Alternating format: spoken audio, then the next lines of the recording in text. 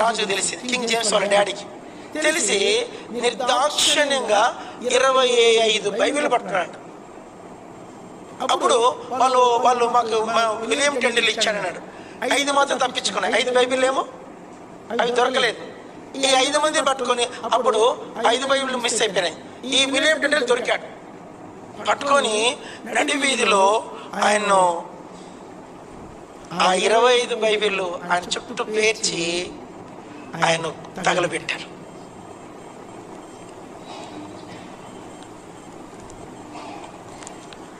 ఆయన చచ్చిపోయేటప్పుడు గట్టిగా ఇచ్చాడట.